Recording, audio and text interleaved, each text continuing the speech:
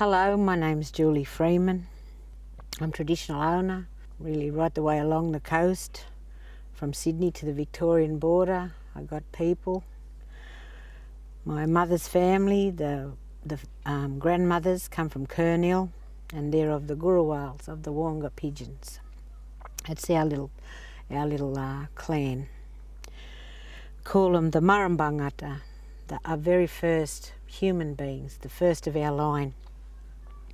And today we're going to talk about the Waratah, because it's very important for the beginning of the world.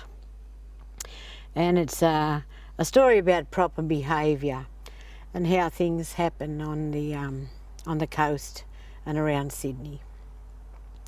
Now this is really a Sydney story, and it runs down the coast, down through Dharawal country. Down here, my father comes from Wreck Bay, and my mum, she comes from La Perouse, so squarely south coast.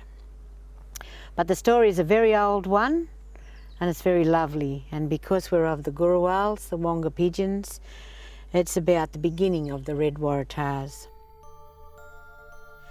In the beginning of the world, the Wonga pigeons, they lived in this environment, in the heath. And they're very, very territorial, and they have behaviours that are particularly their own. They're very, very family orientated. They stay in their own little territories and they don't leave.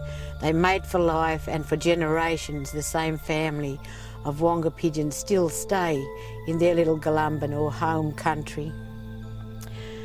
Now, one day the little female, she was looking for a mate, and she sang out everywhere, "Where are you, where are you?"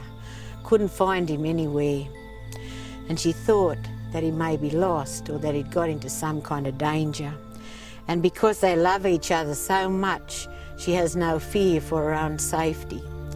Now she searched all around her little place, singing out for a mate, but couldn't find him anywhere.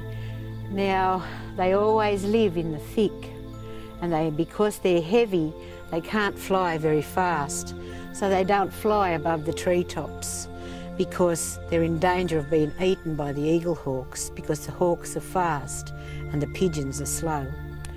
But because she thought that he may have risen above the treetops, she had to go after him.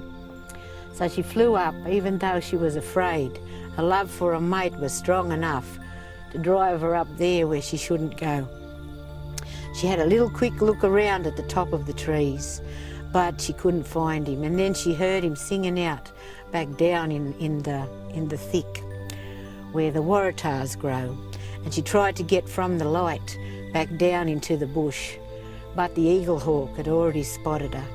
And he'd come in real close, and he grabbed her by the chest, and he tore out all of her feathers and her flesh from inside of her chest. And she fought him, and she tumbled and she rolled, and she tumbled back down through the treetops. And she landed on the Waratahs, which in that time, in the beginning of the world, they were all white, no red ones. She landed on the top, and she bled from her chest and leaked the blood into the flower, and she fluttered, following the sound of a mate, from one white Waratah to the next, keeping going, trying to find him, singing out, "Where are you?" until she found him, but it was too late. And she died on the Waratahs, and the Waratahs are there today, red, stained, with hardly any white ones left. They're very rare in the world, and but they still exist on the outskirts of Sydney. But our Waratahs on the south coast are still red, to remind us of the love and the proper behaviour that belongs to our people. And that's an ancient, ancient thing, and reminds us about how Sydney used to be and the founding things that make this place the way it is.